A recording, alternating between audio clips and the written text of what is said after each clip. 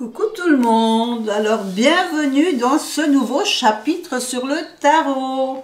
Tout d'abord, je vais quand même vous rappeler que ici, je vais vous donner mes propres interprétations du tarot.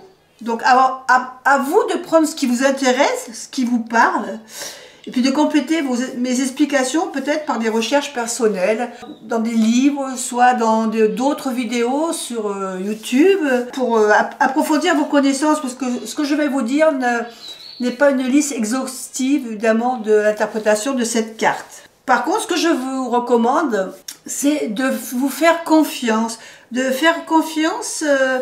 à votre intuition, votre ressenti, vis-à-vis de l'imagerie de votre tarot. Hein, vous pouvez compléter quand même vos prédictions par ce que vous ressentez en regardant votre carte. Voilà. Ceci étant dit, on passe aujourd'hui à une nouvelle carte. Aujourd'hui, on a rendez-vous avec l'impératrice.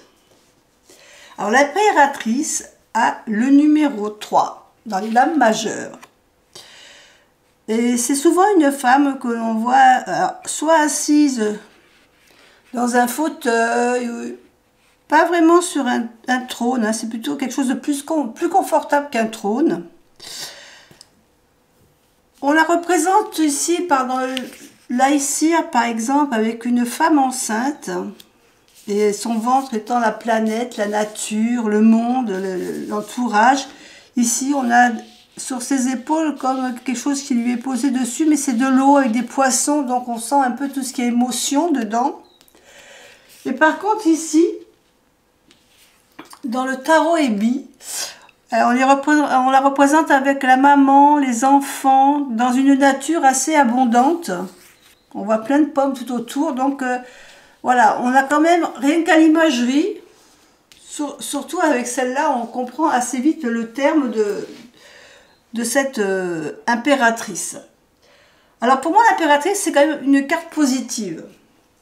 Parce que c'est quelque chose de, voilà, on parle un peu de la maman, des émotions, donc c'est quand même une carte positive pour moi. Au niveau des éléments, je trouve que l'impératrice, elle agit, donc elle a l'élément feu en elle.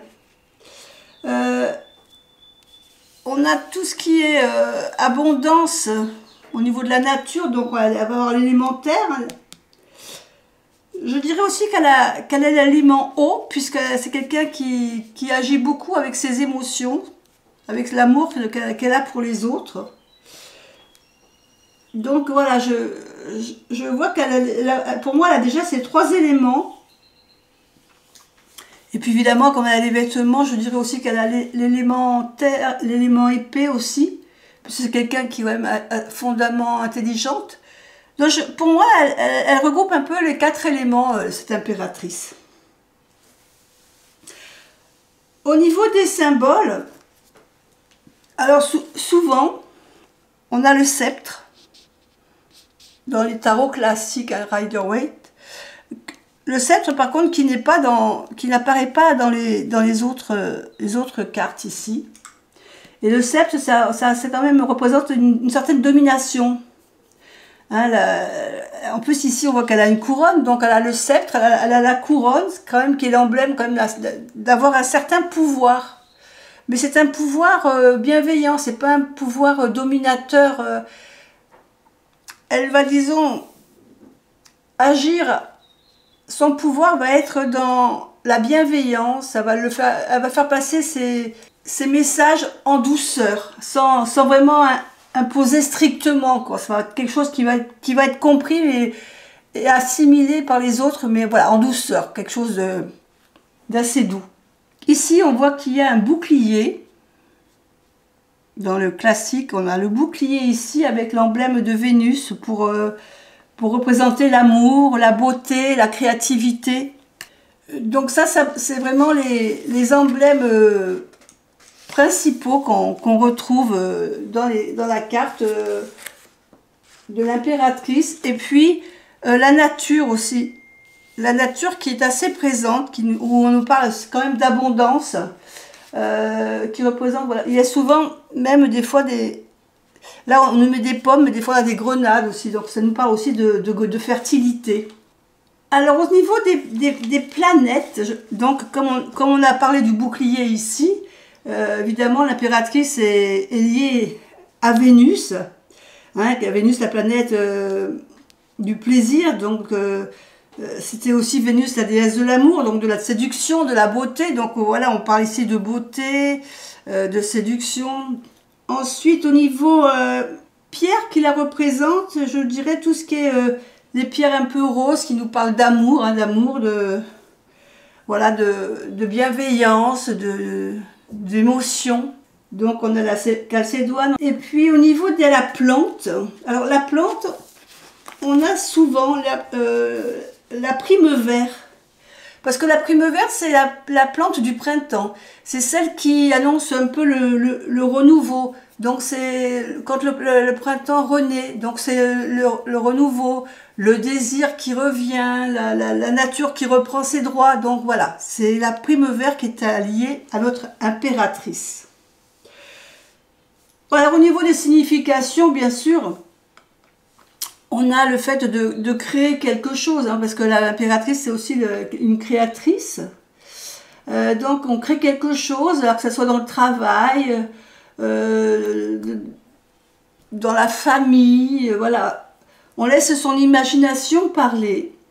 Alors c'est une personne assez féminine, qui est bien épanouie. C'est une épouse, c'est une maman qui prend soin des autres, de sa petite famille, mais qui prend soin d'elle aussi, qui est assez féminine, donc qui aime être bien en beauté à chaque fois.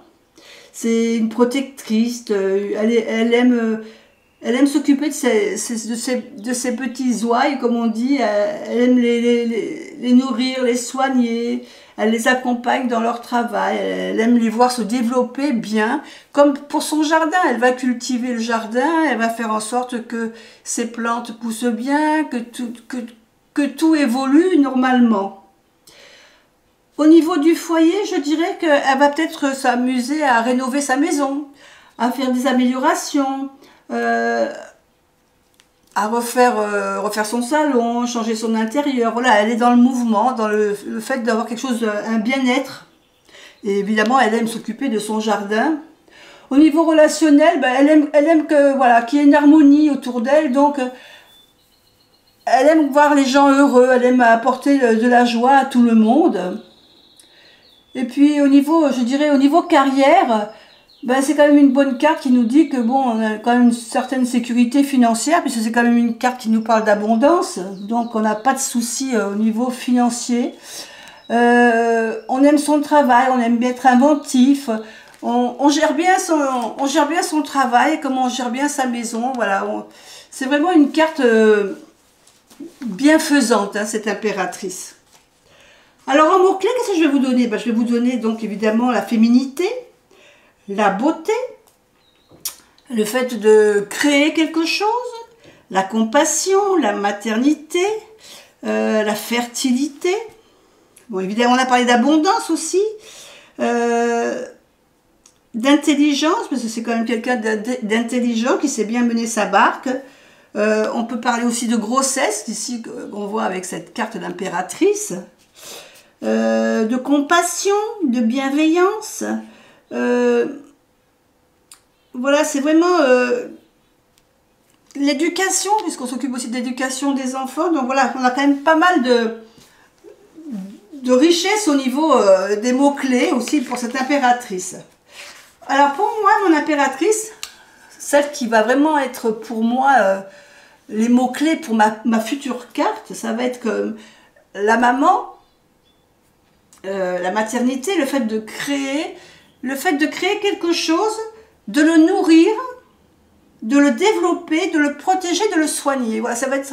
Alors ça peut être dans le travail, ça peut être dans la famille, ça peut être aussi bien dans le relationnel. Donc c'est quelqu'un qui communique beaucoup. Donc on parle quand même beaucoup d'harmonie, hein, de bonheur, d'abondance, de nature. Donc ça c'est vraiment ma impératrice à moi qui va parler surtout de sa maman, ou d'être maman, hein, et de s'occuper de sa famille, du bien-être de tous les gens qu'elle aime. Donc évidemment, bah, ça va représenter un peu ce style de la carte Elby, je veux dire, la maman avec ses enfants. Hein. C'est vraiment, voilà, on voit quand même de la féminité, avec l'abondance autour d'elle. Je trouve qu'elle représente bien cette impératrice, cette carte.